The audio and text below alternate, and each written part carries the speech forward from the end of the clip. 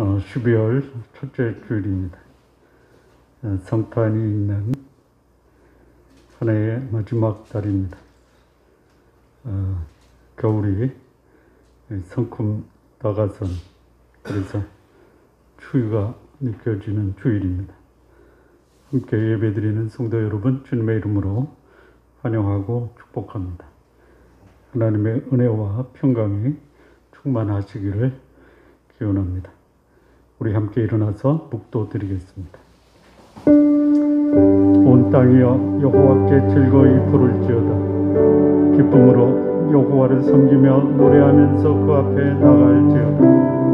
여호와가 우리 하나님이신 줄 너희는 알지어다. 그는 우리를 지으신 자시요 우리는 그의 것이니 그의 백성이요 그의 기르시는 양이로다. 감사함으로 그 문에 들어가며 찬송함으로 그 궁정에 들어가서 그에게 감사하며 그 이름을 송축할지어다. 대저 여호와는 선하시니 그 인자하심이 영원하고 그 성실하심이 대대에 미치리로다. 아멘. 찬양 드리겠습니다. 새 찬송가 37장, 동일 찬송가 37장, 주 예수 이름 높이요.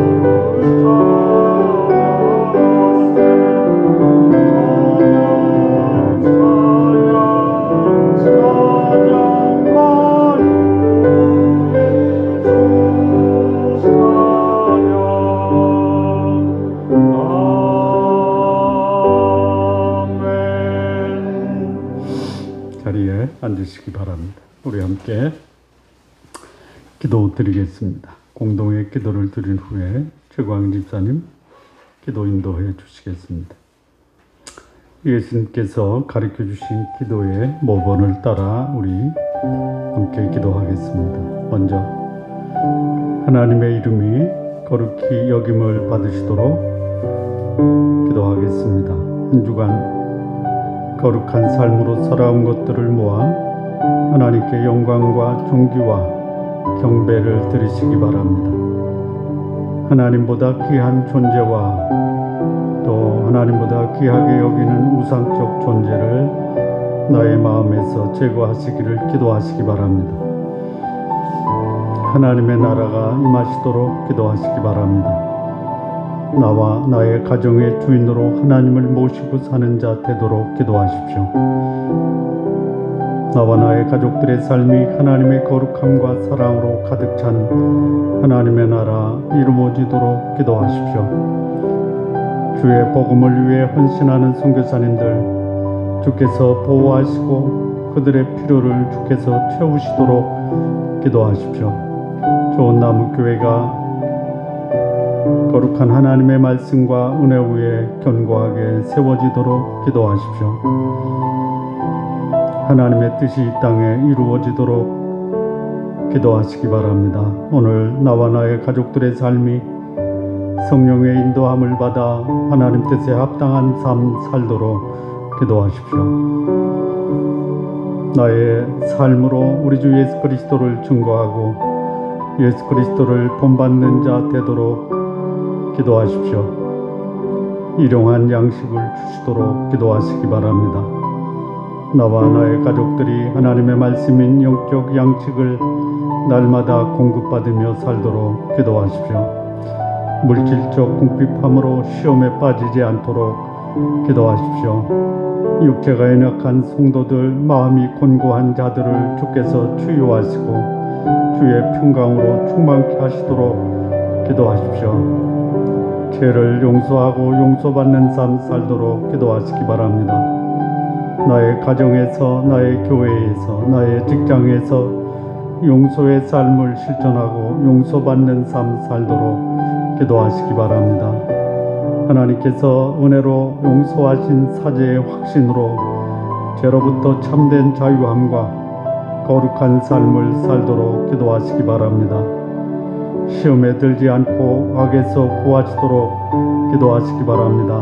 나와 나의 가족들이 세상 유혹과 악에서 거룩함을 지키도록 기도하십시오.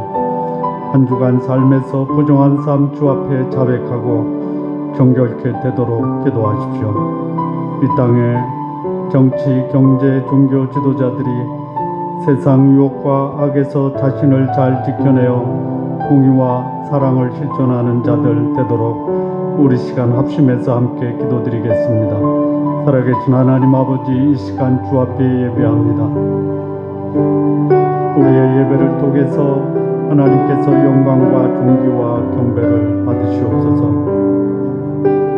하나님보다 귀한 존재, 하나님보다 귀한 가치로 여기는 우상적 존재를 나의 마음에서 제거하여 주옵소서. 나와 나의 가정의 주인으로 하나님을 모시고 사는 자 되기를 원합니다. 나와 나의 가족들이 하나님의 거룩함과 사랑으로 가득 찬 하나님의 나라 이루게 하옵소서. 주의 복음을 위해 헌신하는 선교사님들, 하나님 아버지 그들을 주의 능력으로 보호하시고 그들의 필요를 주께서 채워 주옵소서. 좋은 나무 교회가 하나님의 말씀과 은혜 위에 견고하게 세워지기를 간구합니다. 오늘 나와 나의 가족들의 삶이 성령의 인도함을 따라 하나님의 뜻에 합당한 삶 살게 하옵소서.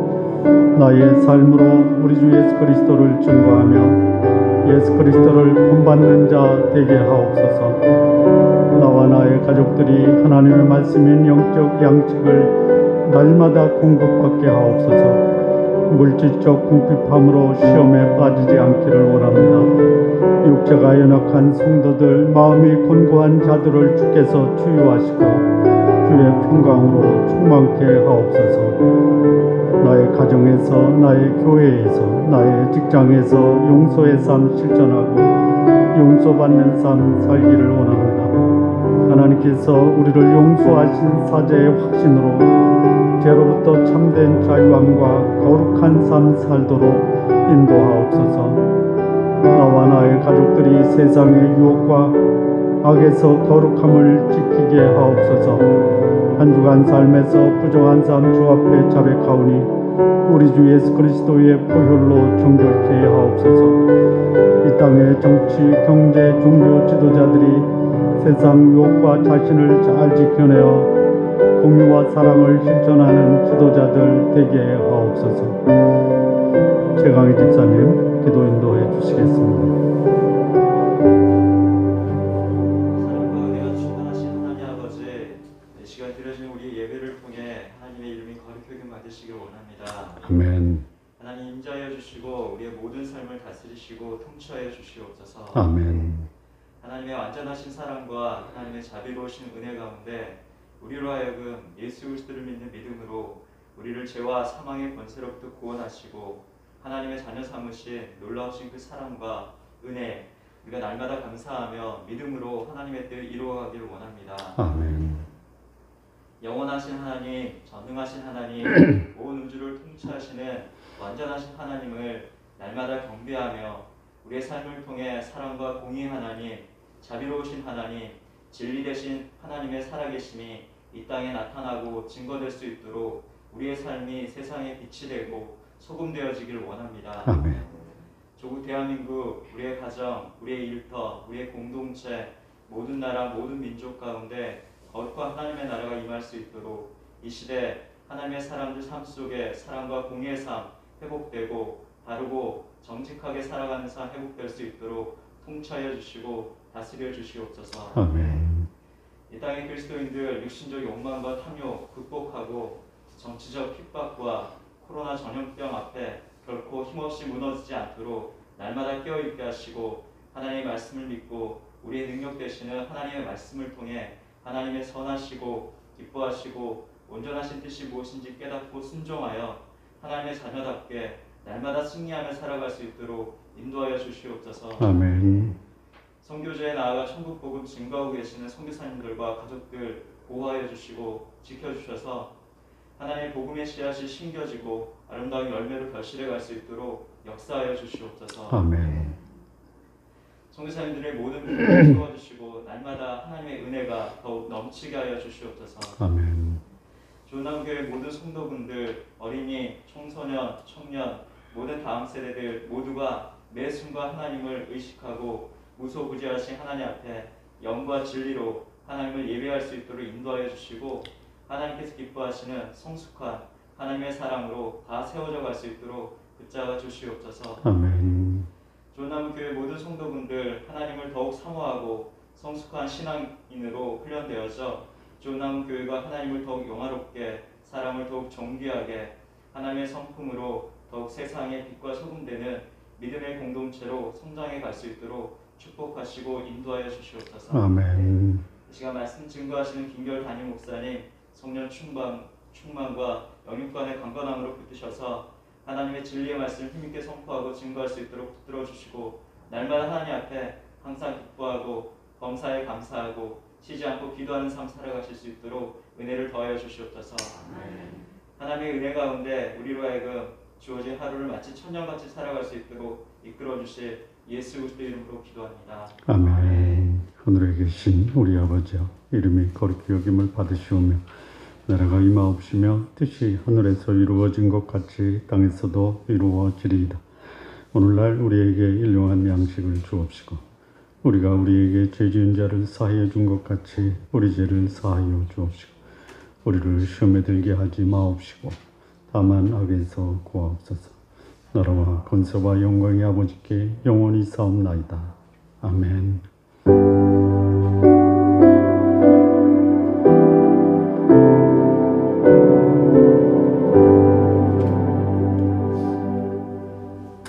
오늘 함께 나눌 말씀입니다. 오늘 함께 나눌 말씀은 마태복음 18장 18절에서 22절까지 말씀입니다. 우리 함께 교독하시겠습니다. 예수께서 무리가 자기를 에워싸는 것을 보시고 건너편으로 가기를 명하시니라.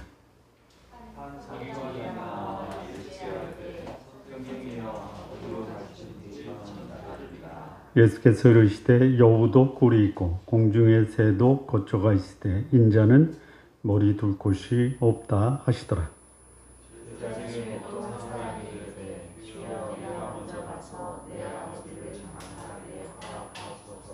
함께 읽겠습니다. 예수께서 이르시되 죽은 자들이 그들의 죽은 자를 장사하게 하고 너는 나를 따르라 하시니라. 기도하시겠습니다. 하나님 아버지, 오늘 주의 말씀을 통해서 우리가 감당할 수 있는 것은 감당하고 감당할 수 없는 것은 주 앞에 연약함을 아뢰어 주의 능력으로 이 말씀을 나의 삶으로 살아갈 수 있는 귀한 하나님의 백성들 되게 하옵소서. 예수님의 이름으로 기도합니다. 아멘. 이 마태복음은 예수님의 사역의 2년차를 주로 2년차 이후의 사역을 다루고 있습니다. 그러니까 1년차 사역이 이 마태복음에는 기록이 안 돼 있다 이렇게 보시면 됩니다. 그럼 1년차 사역은 뭐였냐? 다른 복음서에 1년차 사역이 나오는데 주로 요한복음의 1년차 사역이 구체적으로 기록이 되어 있습니다. 갈릴리 가나의 혼인잔치에서 물이 포도주로 변화된 이 사건이 공생의 1년차 사역의 시작입니다. 그 다음에 제자들을 부를 때 제일 먼저 부름받은 제자가 요한과 안드레입니다. 그리고 안드레가 그의 형제 베드로를 데리고 옵니다.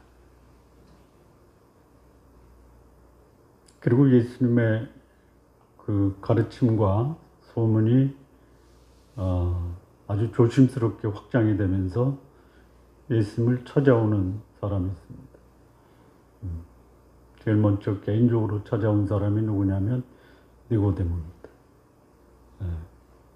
당시 분위기가 이 소위 바리새인들과 대제사장이 그 유대 사회에 영향을 끼치기 때문에 예수님을 공개적으로 찾아가는 것이 상당히 조심스러웠던 시기가 공생의 1년차입니다. 물론 2년차서부터는 바리새인과 그 대제사장의 공개적인 공격을 받던 그런 시기입니다. 그때 니고데모가 예수님을 찾아옵니다. 그리고 예수님이 예루살렘에서 갈릴리로 가던 그 도중에 주로 그 사마리아를 돌아서 가거든요. 요단강 건너서 가든지 아니면 해변길로 가든지. 그런데 사마리아로 곧장 들어가십니다. 그 이유는 거기 한 여인이 있었기 때문에. 그래서 1년차의 사역은 은밀하게 또는 드러내지 않고 예수님이 개인적인 사람을 만나시고 그리고 성전과 회당에서 가르치시는 사역을 하는 게 1년차 사역. 2년이 되면서부터 이제 예수님의 소문이 나니까 무리들이 오는 거예요. 그래서 우리가 마태복음 5장에 공생의 사역의 1년이 지난 후인데요. 예수께서 산에 올라 앉으시니 예수께서 무리를 보시고 산에 올라가 앉으시니 제자들이 나온지라. 그리고 입을 열어 가르쳐 가라사대 심령이 가난한 자. 그러니까 2년차서부터는 예수님이 가는 곳에는 무리들이 오는 거예요. 무리들이 옵니다. 여쭤보겠습니다. 예수님이 무리에 관심이 있으십니까? 없으십니까? 네? 있었어요. 있었으니까 오병이어의 기적도 행하고. 그리고 무리들이 그 가버나움에 있을 때 그냥 그 집에 계시니까 발 디딜 틈도 없이 예수님의 말씀을 들으려고 하니까 예수님이 가르쳤어요. 물론 그때 이제 개인적으로 사람들이 찾아오잖아요. 중풍병자도 찾아오고 또 길을 가다가 뭐 해당강 야이로도 찾아오고 12의 혈유병을 앓았던 여인도 찾아오고 무리들이 찾아와요. 예. 그래서 예수님은 그들에게 가르치시고 천국 복음을 전파하시고 그리고 그들 중에 있는 병자를 고치십니다. 예. 그러니 이 소문이 점점 나는 거예요. 예. 진리의 말씀 때문에 오는 사람도 있어요. 오늘 그 사람 중에 한 사람이 누구냐면 한 서기관이에요. 예. 서기관도 예수님의 말씀을 듣고 예수님을 따르겠다라고 그래요. 예. 그러니까 당시 바리새인이나 서기관의 경계의 대상이 예수님인데 진리의 말씀에 갈급한 영혼들은 그가 바리새이든 서기관이든 예수님께 오는 거예요. 예. 그래서 예수님을 따르겠다라고 결단을 해요. 예. 아주 귀한 결단입니다. 우리 성도님들도 혹시 결단을 다 예수님 믿기로 결단하셨었잖아요. 예, 믿기로 결단하셨죠. 믿은 다음에는 어떻게 해야 돼요? 따라야죠. 따른 다음에는 어떻게 해야 돼요? 따른 다음에는 헌신해야죠. 예, 이 과정이 있어요. 예, 나는 어디쯤 왔느냐? 믿음의 단계냐? 따르는 자가 누구죠? 제자죠, 제자. 예, 제자. 제자로 살면서 그 다음에는 제자를 부르신 다음에 그 중에 12를 택해서 사도라고 했죠. 사도. 사도의 뜻이 뭐죠? 사도의 뜻이 뭐죠? 하나님의 보내심을 받은 자. 예, 그러니까 사도라고 하면 이제 소위 하나님의 하나님의 일을 위임받은 전권 대사예요. 예. 거기에 전념하는 거예요. 이 대사로 임명받으면 다 가죠. 이 외교관들 보니까요. 제가 이제 선진국의 외교관도 만나보고 후진국의 외교관도 만나봤는데요. 한 번 후진국으로 가면요. 평생 후진국이더라고요. 예. 한 번 선진국이면 평생 선진국. 예. 시작이 중요해요. 예. 근데 그들이 거기에 발령나면 가는 거예요. 여러분, 보내는 사람이 아픕니까? 가는 사람이 아픕니까?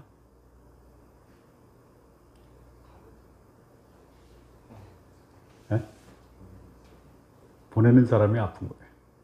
예. 물론 가는 사람도 헤어짐에 대한 그런 아픔은 있지만 가는 사람은 가서 적응을 해요. 보내는 사람은 두고두고 여기에 이제 그 애틋한 마음을 갖게 되는 거죠. 어쨌든 자, 여기 이제 세 부류의 사람이 나와요. 세 부류. 어떤 사람? 첫째는 무리들이 나오죠. 무리. 다 읽었잖아요. 18절에 누가 나와요? 무리들이 나오죠. 19절에 누가 나오죠? 그 다음에 21절에 누가 나오죠? 제자 나오죠. 요 세 부류의 사람들이에요. 그러니까 예수님 주변에는 누가 있다? 무리가 있고요. 서기관은 뭐예요? 진리의 말씀에 갈급한 심정을 갖고 있는 사람, 말씀을 연구하는 사람이에요. 모든 서기관이 다 갈급하진 않아요. 그 연구하는 자체가 목적인 사람 있죠. 연구한 대로 사는 게 아니라 연구하는 게 자기 삶의 목표예요. 그게 직업이에요.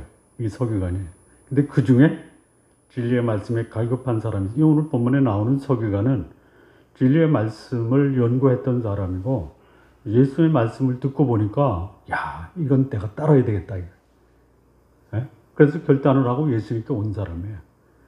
근데 여기 이제 마지막 세 번째 나오는 사람은 제자예요, 제자. 따르고 있어요. 예수님과 동행하고 있어요. 예수님께 배우고 있어요. 이 세 부류입니다. 그러니까 무리 중에서 나와서 진리에 대한 갈급함을 갖고 예수님을 따르는 이 하나의 변화의 과정이 우리 신앙인들의 삶에서 나타나야 됩니다. 우리 성도님들은 어디쯤 가십니까? 어디쯤 가십니까? 어디쯤 가기를 원하십니까? 예? 밝힐 수 없다. 예, 밝히지 마십시오. 하나님 앞에서 하십시오. 예, 자, 그런데 따르고자 할 때 고려해야 될 게 있어요. 뭘 고려하자면요. 왜 지금 이거를 드러내고 밝힐 수 없는 이유가 뭐냐? 그 대가. 예? 예수님을 따르는 삶에 있어서의 변화의 과정에서 내가 지불해야 될 대가. 이거 만만치 않죠? 두 번째, 대가를 지불하고 따르면 과연 내가 기대하는 그 기대치, 전망이 과연 성취될 것이냐. 예. 그다음 세 번째, 내가 따랐을 때 내 주변의 사람들이 나를 어떻게 볼 것인가. 그 세 가지를 고려해서 무리해서 진리에 대한 갈망을 갖고 이제는 예수님을 따르는 자로의 변화의 그 흐름에 동참하시기 바랍니다. 대가 지불할 용의가 있다. 굉장한 진전이 있는 겁니다. 제가 볼 때는 대가를 지불하겠다라고만 하면은 전망과 역사적 평가, 주변의 평가는 별로 중요하지 않습니다. 근데 대가가 지불하기가 쉽지가 않아요. 그래서 많은 사람들이 여기까지만. 토요일날 성경 공부 새벽잠 깨치고 오는 분들이 있어요. 근데 그거예요. 여기까지만. 새벽에 오는 것까지만. 귀한 거예요. 굉장히 귀한 거예요. 근데 그 이상, 예를 들어서 새벽에 성경 공부를 인도하는 그룹을 만들겠다. 이건 조금 좀 나중에 이런 거예요. 대가가 만만치 않습니다.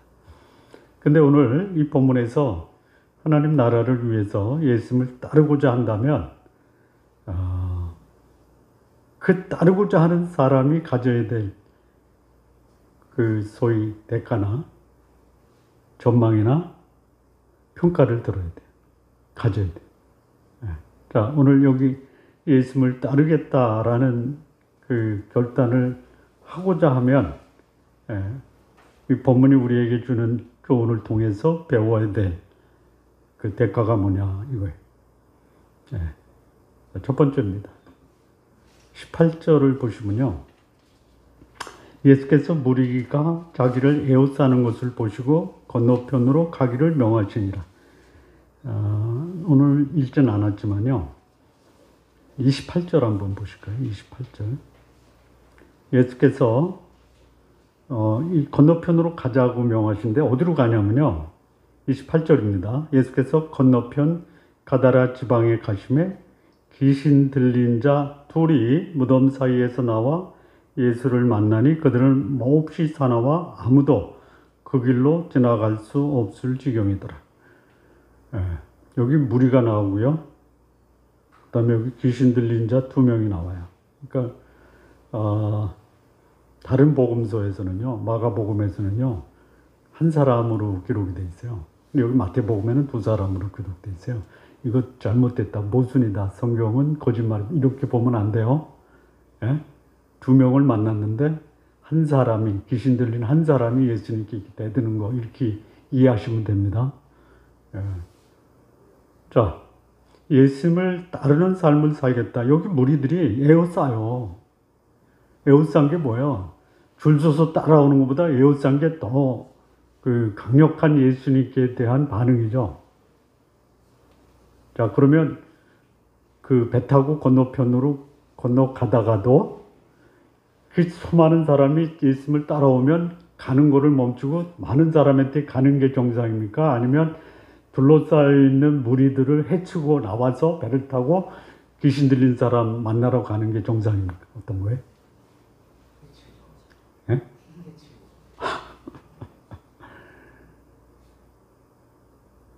자,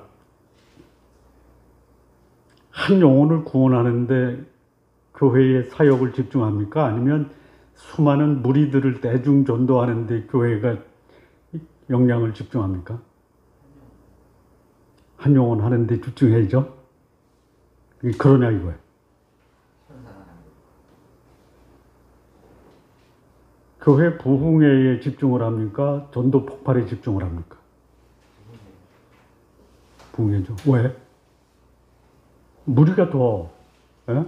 교회의 입장에서 보면 이게 더 가치가 있는 거예요. 한 영혼을 구원해봤자 교회의 영혼 구원이 예수 믿는 것이 목적이고 그것이 하나님의 백성이 살아야 되는데 현실적으로 보면 무리들에게 더 관심을 갖는다. 예. 자, 예수를 따른다라고 하면요. 무리도 소중해요. 무리 소중해요. 예. 그런데 가치로 보면은 무리의 관심과 필요를 채우는 것보다 잃어버린 한 영혼의 필요를 채우는 것이 더 소중하다라는 것이에요. 그리고 거기에 집중을 해야 되고 더 큰 관심을 두어야 된다라는. 이게 좀 위로가 되십니까? 예, 나는 개인적으로는 전도해도 많은 사람한테 못해. 예, 하지 마십시오. 또 그런 사람 있어요. 달라요. 예, 달라요. 제가 어제 어느 예비 부부를 만나서 같이 교제를 했는데, 그 남편 될 친구가 그러더라고요. 왜 이렇게 나를 주관하고 끌고 가는지 모르겠대요. 그래서 내가 물어봤어요. 혈액형이 뭐야? 그랬더니 그 자매는 B형이고 형제는 A형이요. 그럴 거야. 갈수록 더 할 거야.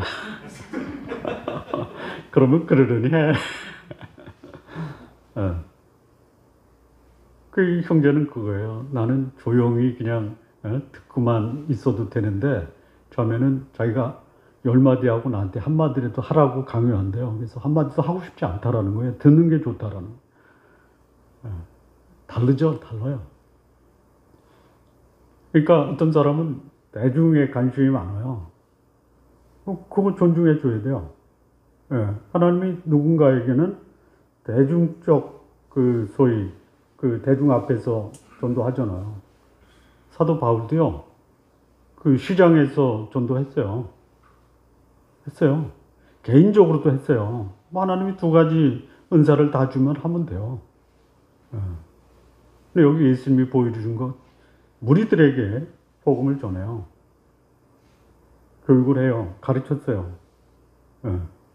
근데 예수님은 잃어버린 한 영혼이에요. 자, 이거 있죠. 양 100마리 중에 한 마리를 잃어버렸어요. 그럼 목자가 99마리가 중요합니까? 잃어버린 한 마리가 중요합니까? 둘 다 중요해요. 둘 다. 한 마리 찾으러 가다가 99까지 다 잊어버리면 어떡해. 근데 예수님의 가르침의 핵심은 뭐냐? 잃어버린 영혼이 돌아올 수 있다면, 천국에서 그 하나님과 천사들 앞에서 큰 기쁨이 된다. 그러니까 예수를 따르는 삶은 뭐냐? 그 무리보다는 한 영혼에게 초점을 맞추는 것이 예수를 따르는 사람들이 가져야 될 삶의 태도다라는 것이에요. 자, 예수님이 왜 무리들을 떠나려고 했을까요? 무리들이 안 중요해서 떠난 겁니까? 그건 아니죠. 중요해요. 근데 왜 떠나신 거예요? 왜 떠나셨냐면요. 개인의 반응과 군중의 반응이 전혀 달라요. 여러분, 군중 심리의 소위 지능 지수가 얼마인지 아세요? 모르세요? 80 이하예요. 80 이하. 80 이하라는 것은 뭐냐면 거의 다분히 그들의 행동이나 판단의 기준이 감각이에요. 감각. 육체적 감각에 따라서 휩싸이는 거예요. 이게 무리예요. 자, 무리들이 왜 예수님을 따랐어요? 진리의 말씀을 듣고 여기에 생명의 말씀이 있다. 그래서 따른 겁니까? 아니면 예수님 따르니까 먹을 것도 나오고 병도 고쳐주고 또 내 필요를 채우니까 따른 거예요. 왜 따른 거예요? 내 육신적 필요를 채워지니까 따른 거예요.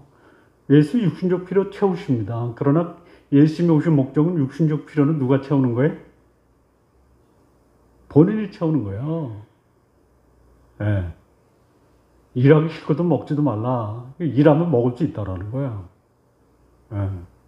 병 안 걸리도록 조심해야 돼요. 누가 하는 거야? 내가 하는 거야. 근데 내가 해야 될 것을 예수님한테 기대하면서 온단 말이에요. 예수님 거기에 관심, 니들이 알아서 하라 이거야. 예. 예수님 오신 목적은 뭐예요? 인자에 온 것은 잃어버린 자를 찾아 구원하러 오셨다라는 거야. 예수님을 따르는 자는 예수님이 사셨던 삶을 본받아야 돼요. 무리보다는 한 영혼에 관심을 가져야 된다라는 거야. 예.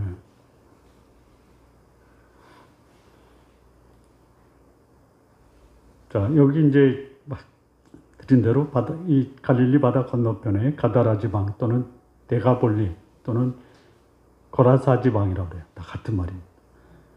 거기에 하나님의 도움 없이는 자기 인생이 무덤 사이에서 사는 사람은 죽은 사람이나 마찬가지예요. 예. 그 죽어있는 사람을 살리기 위해서 가신 거예요. 예. 본인이 몰라요. 예. 본인이 귀신 들린 것조차도 몰라요. 가신 거예요. 예. 소중하기 때문에. 그러면 무덤 사이에서 귀신 들린 자가 소중하다면 귀신 안 들리고 정상적으로 살아가는 사람은 얼마나 더 소중하냐 이거예요. 예. 그래서 나는 오늘부터 무덤 사이에 귀신 들린 자를 찾아다니겠다. 찾아다니세요. 내 주변에요. 진짜 소중하고 정상적인 삶을 살지만 그 영혼이 죽어있는 사람들이 있어요. 이들의 관심을 가지십시오. 이게 예수님을 따르는 자들이 가져야 될 첫 번째 결단이에요. 무리가 아닌 잃어버린 한 영혼에게 나의 관심과 또 나의 생각에 집중을 하라 이거예요. 자, 두 번째입니다. 두 번째. 19절, 20절인데요. 여기 한 서기관이 나옵니다. 예수께 아뢰되 선생님이여 어디로 가시든지 저는 따르리이다. 예수께서 이르시되 여우도 굴이 있고 공중의 새도 거처가 있으되 인자는 머리 둘 곳이 없다 하시더라. 자, 한 서기관이에요. 한 서기관. 이름이 밝혀지지 않습니다. 근데 여기 이제 한이라는 것이 뭐냐면 이거예요. 그냥 어떤 또 전혀 알지 못하는 또는 여기 이제 그거예요. 그러니까 가다가 우연히 마주친 사람 있죠. 그거를 표현할 때 쓴 단어가 한 서기관이에요. 그러니까 서기관이라고 하는 어떤 사람이 예수님께 온 거예요. 그러니까 누군지 몰라요. 근데 이 서기관이요, 예수님을 뭐라고 부르냐면 선생님이요라고 불러요. 선생님. 자, 선생님을 아무나 부르는 게 아니죠. 이 선생님이라는 게 이제 그 헬라어에 여자들이 남자 선생님을 부를 때는 랍오니라고 불러요. 예수님이 부활하셨을 때 마리아가 랍오니라고 하죠. 또 그 랍비라는 게 있어요. 그 다음에 또 뭐가 있냐면요. 아마 생소한 헬라어인데요. 디다스칼로스라는 게 있어요. 디다스칼로스. 여기 쓰인 이 선생님이요는 디다스칼로스예요. 랍비나 라보니가 아니고 디다스칼로스. 이건 누가 누구한테 부르는 거냐면요. 진짜 연구하는 사람이 자기보다 더 고수에게 부르는 거예요. 배울 것이 있고 그 말씀을 배우면 내가 따르고 싶은 사람한테 부를 때 디다스칼로스예요. 학문적 가치가 있다라. 여기 서기관이요. 율법학자예요. 율법학자. 율법에 아주 그냥 박식한 사람이에요. 그런데 이 서기관이 예수님을 부를 때 디다스칼로스 이렇게 불렀어요. 저보다 한 수 위입니다. 제가 배우겠습니다. 따르겠다라고 하잖아요. 어디로 가시든지 따르리이다. 이거 함부로 할 수 없어요. 제가 성도님께 여쭤보겠어요. 제가 성도님보다 별 특별한 게 없어요. 예를 들어서 이거예요. 성도님들이 하루에 하나님과 교제하는 시간이 1시간이라면 저는 1시간 반이에요. 30분의 차이가 있는 거예요. 예, 그래서 30분만큼 더 아는 거예요. 그래서 30분 나보다 더 하나님을 만나는 것을 내가 배우겠다 할 때 디다스 칼로스 하는 거예요. 근데 그 가르침이 얼마나 감동적이었는지요. 어디로 가시든지 따르겠다 이거예요. 예, 이런 고백을 우리 성도님들 저한테 할 수 있어요? 예? 하지 마세요. 저 감당 못합니다. 예? 그냥 주일날 9시 예배에만 참석해서 같이 하나님께 예배하는 것만 해도 저는 너무너무 행복합니다. 좀 아멘 좀 해주세요. 예. 근데 예수님은요, 당시의 율법 학자예요. 예. 헤롯이 와서 물으니까요, 금방 답을 내는 사람들이에요. 어디서 메시아가 오냐? 유대 땅 베들레헴입니다. 예. 성경에 박식한 사람이에요. 근데 예수님이 가르치는 거를 보니까 이 서기관이 놀라 자빠진 거예요. 유대인들이 놀라 자빠졌죠. 뒤통수 맞았죠. 가르치는 것이 서기관이나 바리새인 것 같지 않다고 그랬어요. 그거를 누가 들어요? 서기관이 들은 거예요. 야, 내가 지금까지 알았던 것과는 전혀 다르다. 여러분, 바리새인과 서기관이 알고 있는 그 지식의 특징이 뭐예요? 특징이 뭐예요? 특징이 뭐냐면요, 소위 전통과 율법이에요. 규격화된 거예요. 예, 그 벗어날 수 없어요. 그런데 예수님이 가르치는 건 뭐예요? 율법과 전통을 무시하는 게 아니에요. 그 율법과 전통이 말하는 그 핵심과 본질을 얘기하신 거예요. 안식일이 중요하죠. 근데 안식일보다 더 중요한 게 뭐예요? 하나님을 예배하고 하나님의 형상대로 지음받은 사람이죠. 그래서 안식일날 의도적으로 예수님이 병자들을 고치신 거예요. 그랬더니 바리새인과 서기관들이 시비 걸잖아요. 안식일을 범하는 거 보니까 죄인이다.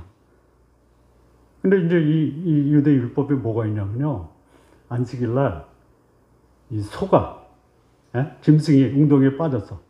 그거 건져내야 돼요, 말아야 돼요? 안식일날 짐승이 웅덩이에 빠졌어. 건져내야 돼, 말아야 돼? 건져내야 돼요. 안식일에. 근데 안식일에 병자를 고치면 병자를 고치는 게 웅덩이에 빠진 짐승을 건져내는 것보다 더 중요해? 안 중요해? 근데 안식일날 병을 고치니까 예수님들은 죄인이다라고 하고요. 그 다음에 심지어 뭐라고 하냐면 바알세불을 힘입어 기적을 행했다라고 해요. 이게 누구예요? 서기관 바리새인들이에요. 그러니까 예수님과 서기관 바리새인의 근본적인 차이는 뭐냐면, 이 바리새인들이나 서기관은 고정관념, 선입관, 이데올로기에 딱 묶여 있는 거예요. 자기들이 경직되어 있는 삶을 사는 거예요.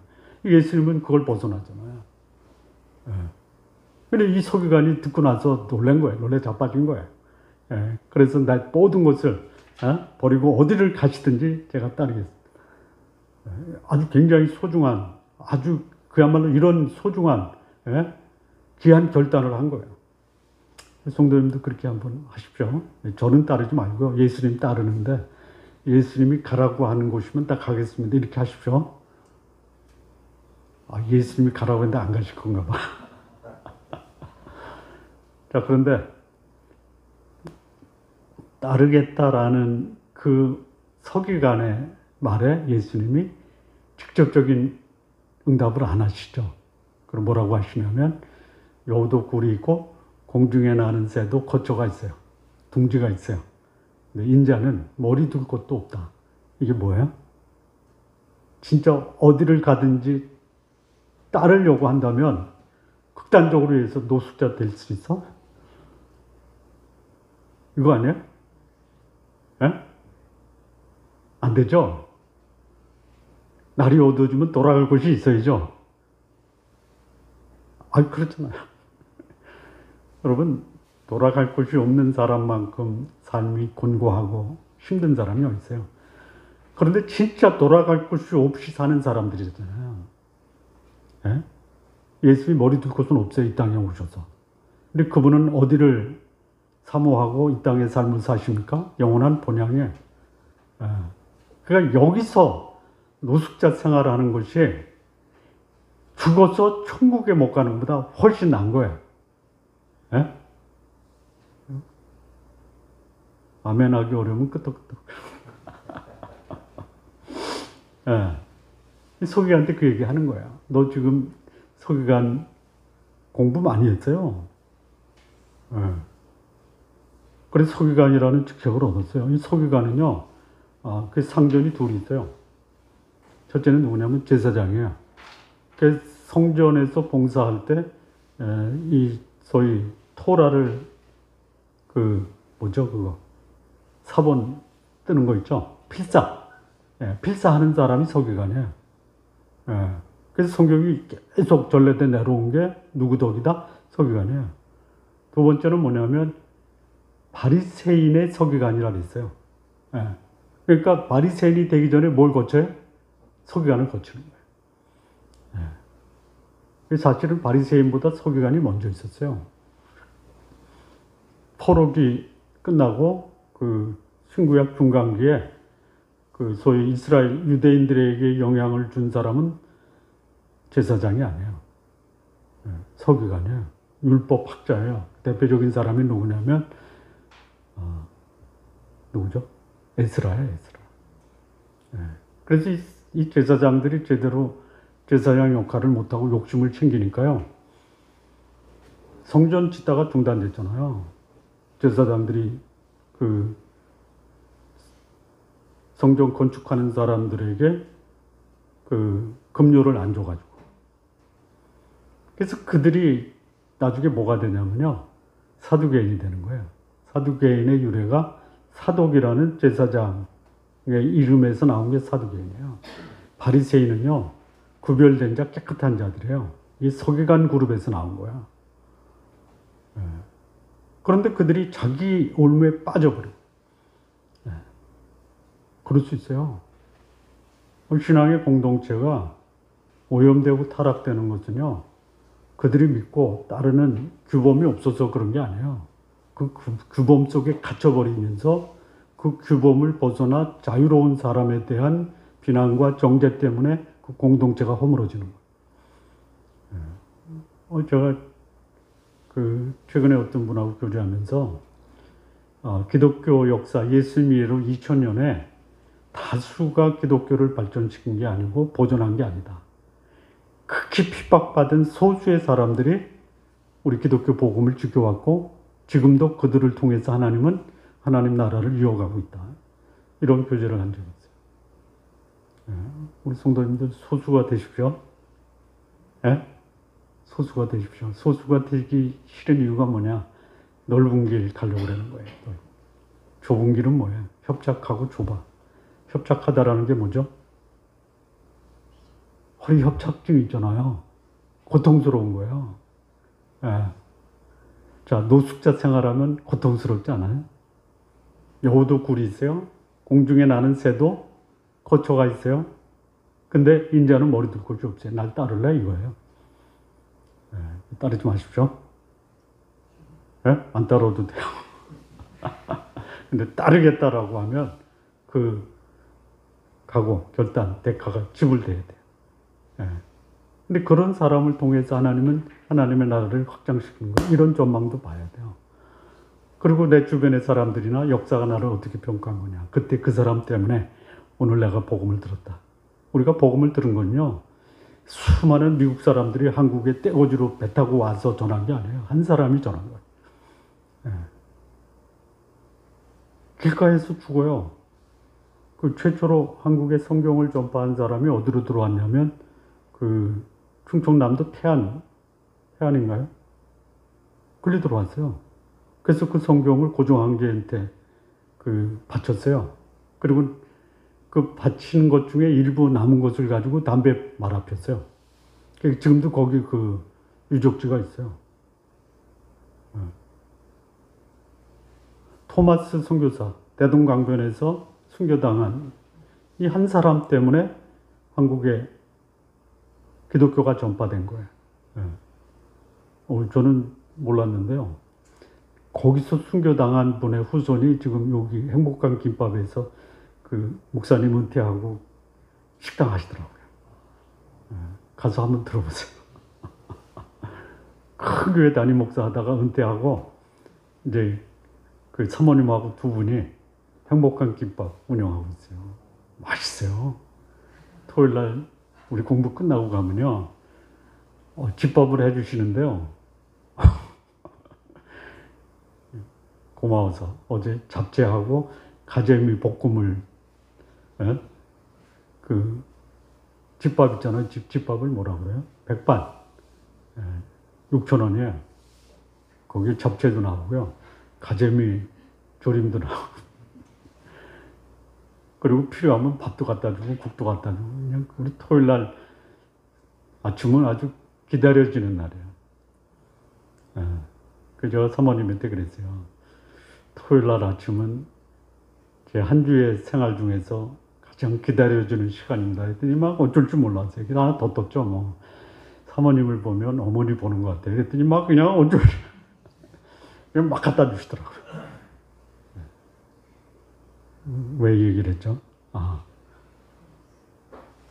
그 여우도 굴이 있고 공중에 나는 새도 거처가 있지만 머리 둘 곳이 없는 예수님께 헌신하고 따르겠다라고 한 사람 때문에 복음이 우리까지 온 거예요.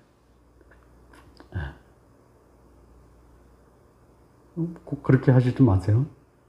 그렇게 안 하셔도 돼요. 만약에 그때 예수님을 믿는 모든 사람이 그렇게 했다.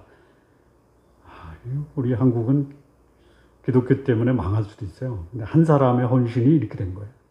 이 다수가 되니까, 이 종교의 다수가 되면요, 이거 반드시 부패해요. 왜 그러냐면, 이 관리를 하거든요. 조직화 하거든요. 그러면 여기 사람이 하나의 수단이 되는 거예요. 안 돼요. 사람이 목적이에요.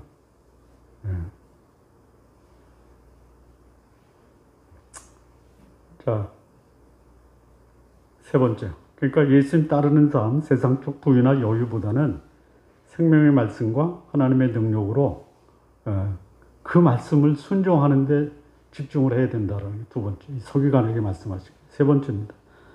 세 번째는 누구냐면 제자예요, 제자. 제자는 이제 따르는 거예요.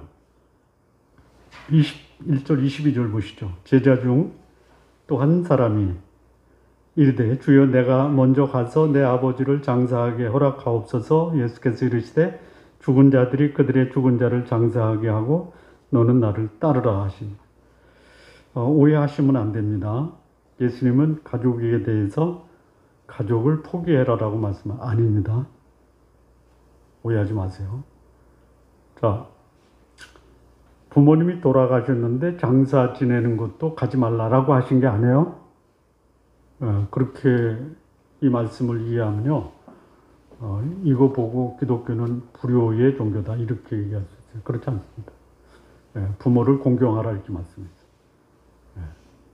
그 디모데 전서인가요? 디모데전서 5장 8절 보면요, 누구든지 자기 친족, 특히 자기 가족을 돌아보지 아니하면 믿음을 배반한 자여 불신자보다 더 악한 자니라.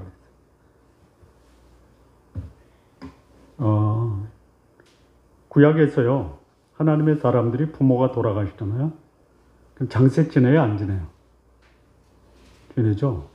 요셉이 자기 아버지 야곱이 세상을 떠날 때 아버지의 유고를 가지고 어디로 가죠? 가나안 땅으로 가죠.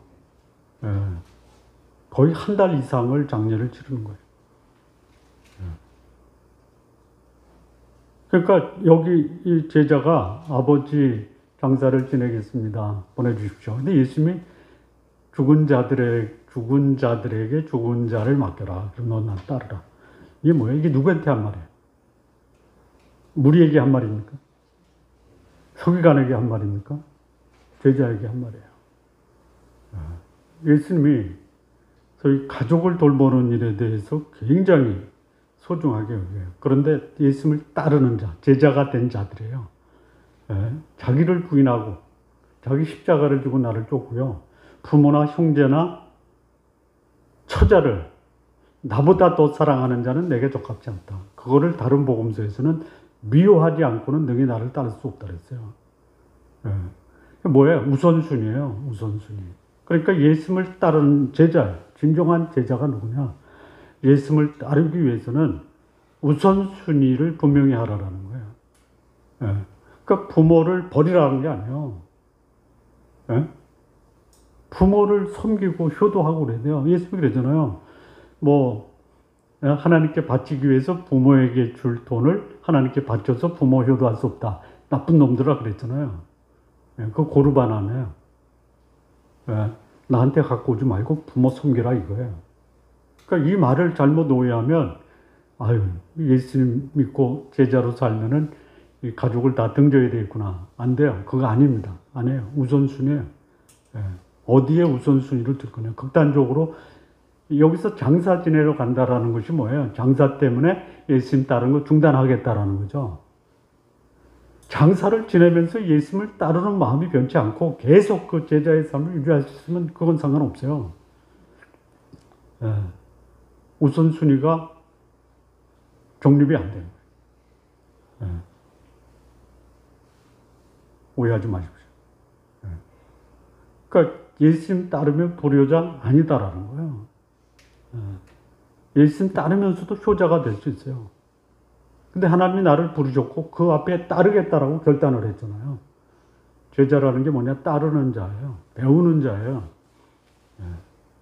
그러면 따르고 배우기 위해서 따르고 배우는 일에 가족이 방해가 될 때는 잠시 유보할 수도 있다. 여기 이제 만약에 이 제자 외에는 아버지 장사 지낼 사람이 없다. 어떻게 해요? 가야죠. 아마 예수님이 제자들 다 데리고 가서 장례 치러줄 수도 있어요. 그런데 보니까 이 예수님이 그 제자의 마음을 읽은 거예요. 예수님 따른 사람이 쉽지 않잖아요. 그러니까 아버지 돌아가신 거 핑계를 조금 가서 쉬었다. 쉬는 게 나쁜 게 아니에요. 그 마음이 있다라는 거예요. 신앙생활 하다 보면요. 좀 쉬고 싶을 때가 있잖아요. 저는 평생에 보니까 제 평생에 한 번 있었어요. 한 번. 근데 하나님이 그 환경을요. 아주 그 견고하게 보호하시더라고요.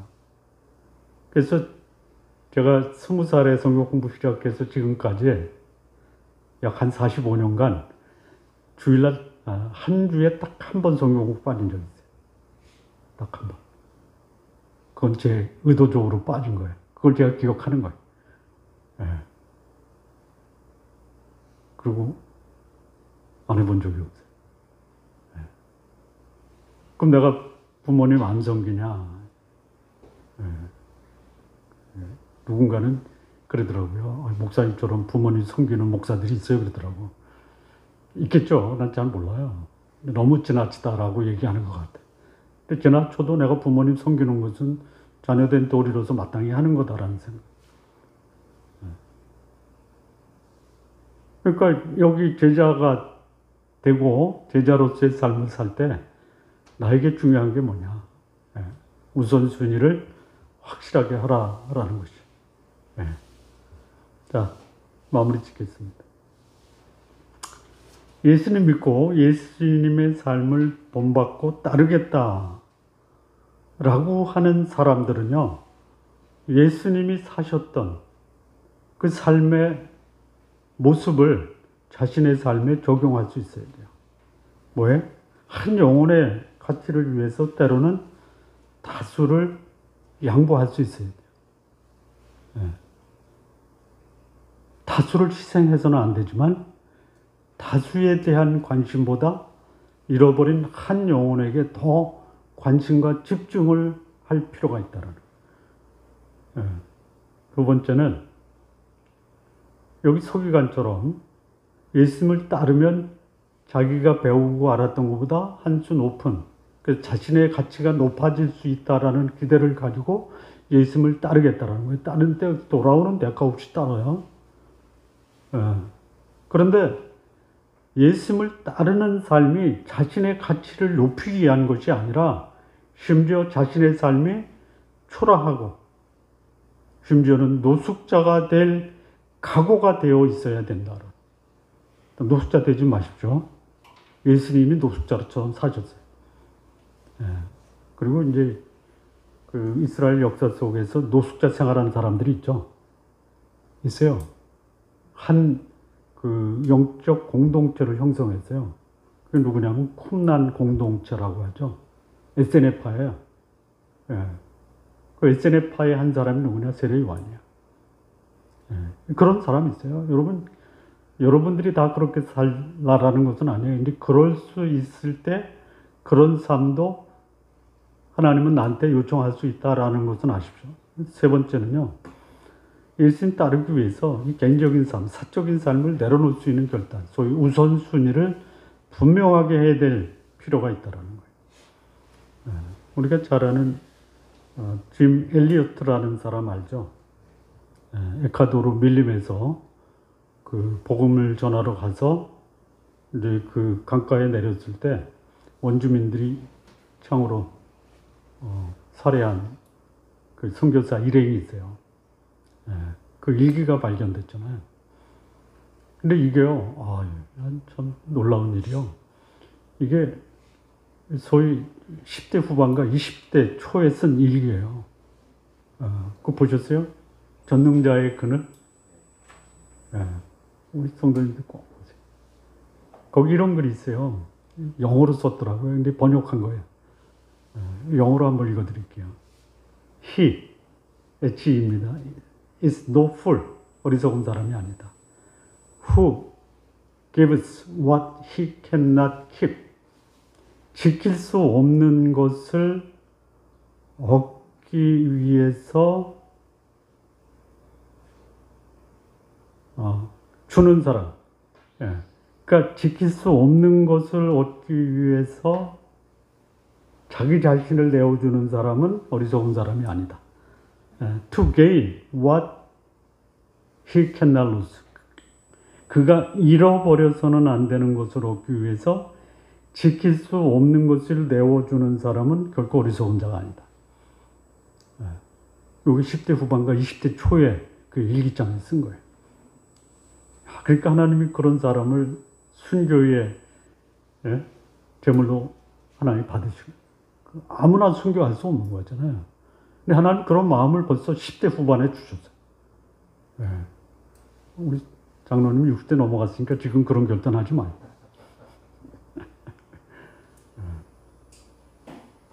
저는 이 시대에 최고의 여기 예수님을 따르는 사람의 가장 그 모범적인 삶을 사는 신앙인이 누구냐라고 저한테 여쭤보면 저는 헌신적으로 헌신하는 선교사다라고. 선교사. 어떻게 가능하지? 그런 사람이 있어요. 여기 예수님이 말씀하신 이 말씀의 교훈처럼 다수보다는 개인, 자기의 명예보다는 자기의 삶을 송두리째 바치는, 그리고 우선순위가 분명해서 우선순위에 자신의 삶을 헌신하는 이 사람이 하나님이 귀히 쓰는 사람이다. 우리 성도님들 할 수만 있다면 제가 아는 그 신대원 동교가 지금 70이 넘으셨는데 베트남에서 원주민 사역을 하시더라고요. 그런 분도 있어요. 하시는 말씀이 그거예요. 너무 늦게 헌신해서 죄송합니다. 그럼 대단한 분이에요. 쉽게 얘기하면요. 서울대 나오신 분이에요. 우리 결코 놓쳐서는 안 될 것을 얻기 위해서 결코 붙잡을 수 없는 것을 버리는 그런 사람이 결코 어리석은 자가 아니다라는 그런 것을 마음에 새기면서 우리 성도님들 사셨으면 좋겠습니다. 기도하겠습니다. 하나님 아버지, 주님께서 가르쳐 주신 귀한 교훈, 이 말씀이 우리의 삶을 도전하고 감동하고 또 이런 삶 앞에서 겸허하게 나 자신을 성찰할 수 있도록 인도해 주옵소서. 예수님의 이름으로 기도합니다.